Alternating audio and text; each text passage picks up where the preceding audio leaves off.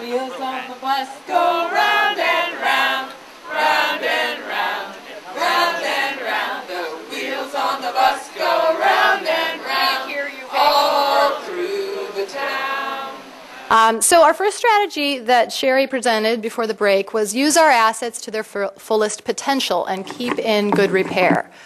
So we'd like to discuss whether people feel like this is an important strategy. Yes, sir. Gordon Price. Well, who could possibly support this? I say keep our assets in bad repair. However, the implications of it, I think, are really profound. But from this point in time, if you look back to the generation that had to decide whether they would build significantly more infrastructure, all the same arguments: population growth, car growth, keep ourselves competitive, maintain the viability of downtown. They would have argued for freeways, and they would have got built. I don't think there are many people here who would conclude that we would have met what we actually achieved, a significant increase in transit, more people walking, a drop in vehicle use, an incredibly vibrant and healthy downtown, if we had done that. Not building transportation infrastructure was one of the most important things that happened in this region to maintain its viability and quality of life. The conclusion I draw with respect to number one is that you will not actually use assets to their full potential if you maintain the illusion and the policy that you can build more to solve problems like congestion and growth. So I think the implications of it are very tough. Even in the face of very strong demand and very persuasive argument, sometimes the best way to maintain full potential is not to build infrastructure. It's what actually forces land use, in a sense, to fulfill its potential. But that's a very tough argument to maintain in the face of all the demands of a wealthy society to increase its mobility. The wheels on the bus go round and round, round and round, round and round. The wheels on the bus go round and round, all through the town. The doors on the bus go open and shut, open and shut, open and shut. The doors on the bus go open and shut, all through the town. Who's got one? Shame! And so you have to ask yourself, why is Kevin Falcon not letting us debate Bill 43? So Bill 43 was brought in for one sole purpose, and I'd like to get to that this afternoon, but first I want to explain to everybody here why we are fighting this in Victoria and why all of you have to continue the fight. This piece of legislation may truly be the most insidious piece of legislation this government has passed since they were elected in 2001. And the reason is that this bill has been created to take away the rights of your democratically elected representations at local government to make decisions about how your tax dollars are invested in transportation infrastructure here in the Lower Mainland. By this bill, Gordon Campbell and Kevin Falcon are taking away the democratic rights of your mayors and councillors to determine how your tax dollars are invested, and instead they are going to give it to a handful of their friends who will be appointed to run the Translink board.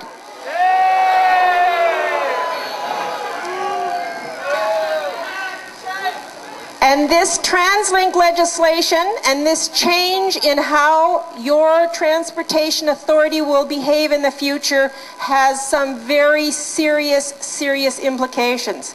First and foremost, this board of business-appointed friends of Gordon Campbell and Kevin Falcon are going to be given powers that are equal to a municipality. It says right in the legislation, authority and power equal to a municipality. But they will not be elected, and more importantly, you in Greater Vancouver will not be able to unelect them if you do not like what they are doing. So they are being given powers equal to a municipality. They are being given the authority, this group of business friends of Gordon Campbell, unelected, undemocratic board is being given the right to raise your property taxes. This group of unelected, undemocratic business friends of Gordon Campbell's can reach into your wallet and take your hard-earned dollars to pay for infrastructure without your authority and without any kind of accountability. In addition to that, in order to raise money, they are going to have to raise transit fares. Because in fact this board, the legislation says that this board has to raise property taxes and raise transit fares before they can get any kind of gas tax. They have to do those two things first before they can get gas tax. But the reality is that everyone in the Lower Mainland should know that even by raising your property taxes and raising transit fares, because the government has refused to invest in transportation infrastructure here other than Gateway, there will not be enough money to do the kind of transit expansion that is necessary and imperative if we are going to supply all commuters in this Lower Mainland with appropriate public transit. There is not going to be enough money. So you say to yourself, if there's not going to be enough money, and this unelected, undemocratic board made up of friends of Gordon Campbell's has the right to raise our taxes, raise transit fares, but there's not going to be enough money, then what is the true agenda? Well, like many of the things that we have seen from this government in the last couple of years, I believe the agenda is privatization.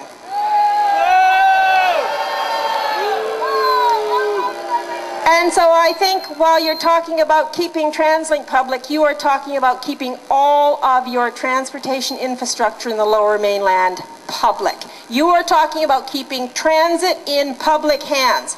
That is what is at stake here as we try and debate this bill in the House. But as I mentioned to you, we only have 5 days left in the legislative session. And every single day, the government brings in some other piece of legislation for us to debate. And so as the clock ticks away, my friends, we are losing the opportunity to democratic debate of this bill in the House. Because why not? This is a government that's taking away the democratic elected rights of your representatives on Translink, and now they are taking away the democratic right for us to debate this in the House.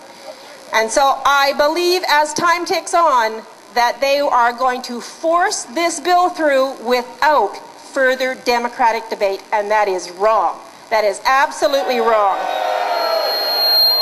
I think this is actually a very important point, and I'd like to point out that the biggest transportation asset that we have and that Translink deals with is road space. The actual land value is massive.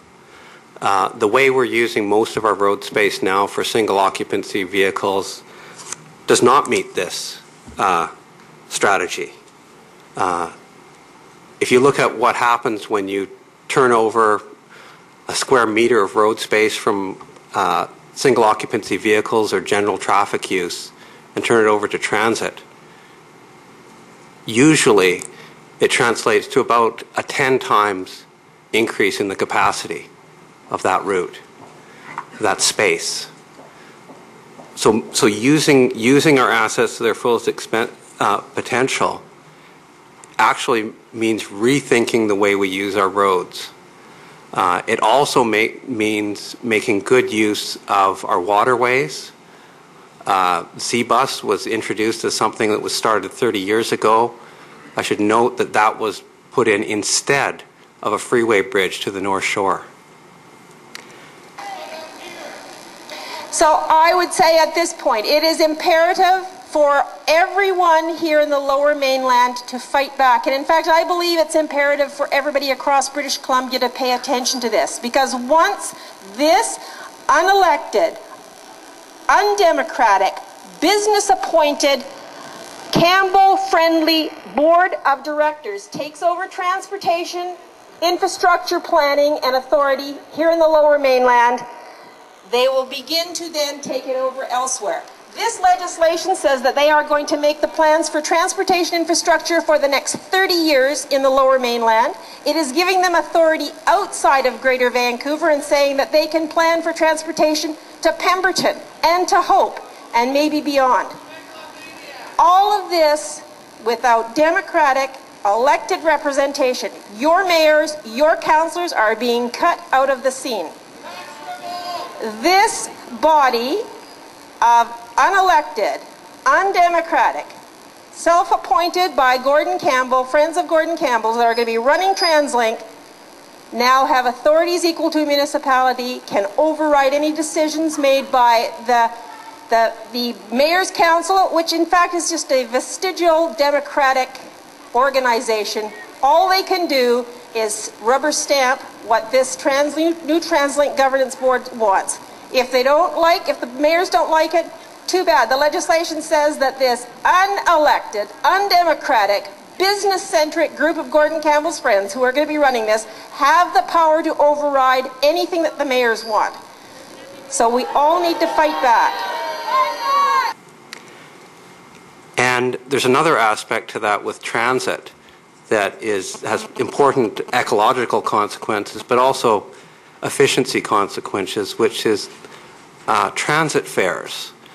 Increases in transit fares have a very strong effect of reducing off-peak ridership and increasing the number of empty seats that drive around other than at the peak periods. So in order to meet this strategy, one of the specific things we really need to do is to reduce fares as compared to other transportation modes, such as driving in the private automobile. Thank you. I say Translink, you say public. Translink. Public. Translink. Public. I say Falcon, you say resign. Falcon. Resign. Falcon. Resign. I say goodbye, you say gateway. Goodbye. Gateway. Goodbye. Gateway. I say freeway, you say no way. Freeway. No way. Freeway. No way. This development is not strange to me. In fact, it's deja vu all over again, because prior to the fight over Eagle Ridge Bluffs, there was one environmental fight over what was called the working forest. That is, Gordon Campbell and his crew had an idea that they would just do everything by cabinet decree. They would take public forest and turn them into private forest and sell them to developers. And the same thing is happening here with their attempt on Translink. What we're having is taxation without representation. It's an oligarchy. And it's also a situation where any of you people out there who've ever taken any political science courses will remember that the definition of state fascism is where corporations and the government and the law enforcement agencies are so close, work so closely together that they speak almost as one voice, and that's what we have here. We have to put our bodies where our hearts and minds and beliefs are. So let's get our bodies up there. Let's get our bodies in front of these ministry offices, in front of the parliament buildings. Let's get our bodies on a line where we can say, as a group, as a big group, as a mass of bodies, hell no, we are not going to let you do this. We want democracy. We want our trees. We want our forests. We want our public transits. We want our public railroads back. We want our public ferries back. You give us back our rights as citizens of this promise, or you're going to be sorry. Thank you.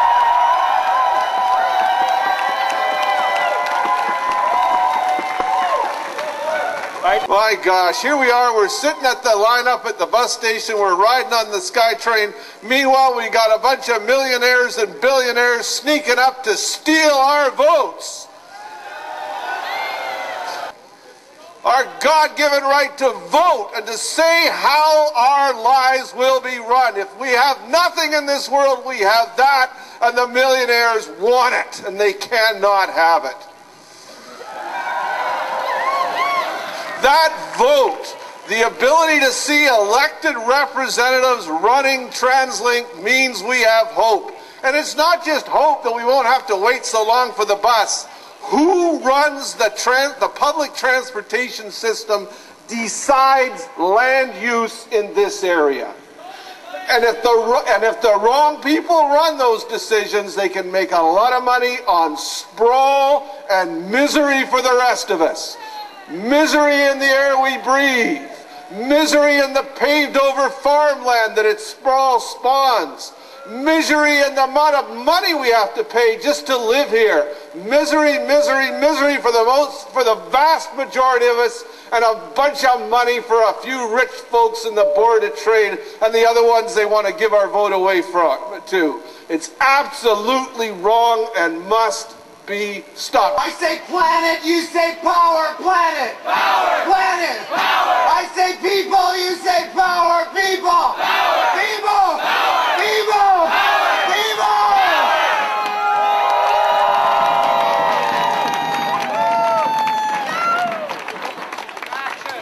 Power. We should not keep on saying that we have to get rid of the car. Yes, we have to moderate the use of the vehicle, but with the pickup sticks map that Sherry put up earlier, that is not going to happen anytime soon until we get land use planning set up in such a way so that we have proper routes between various parts of this community for both business and for residential. Thank you. Okay, Keith McPherson. Thank you. I was just going to make a comment about rail corridors within the Lower Mainland area and the importance of protecting them for transportation corridors for the future. The point being that as real estate values continue to rise, the pressure is clearly on to sell those kinds of assets. The idea that citizens have a right to have a say is at the very basic, the very bedrock of our societies. Let me tell you who Premier Campbell and Falcon want to be deciding our lives. We've got the Board of Trade, we've got the Pacific Gateway Council. These are the people that are pushing the twinning of the Portman Bridge, the expansion of Delta Port and the Fraser River estuary right on top of some of our most important habitat, right on top of some of our most important orca whale habitat. These are the people that Kevin Falcon and the Premier want to put in charge of our transit system. It's absolutely mind-blowing. And the reason it's been so quiet and why they're stealthily sneaking up is because it's so bleeding wrong and horrible. Thank you very much. Thanks, Joe Ford from the Wilderness Committee. Utilizing the limited transit that was available this morning, it took me over 2.5 hours to get here. Should have been 40 minutes at the most. I know that new infrastructure, which is desperately needed, is going to be tolled.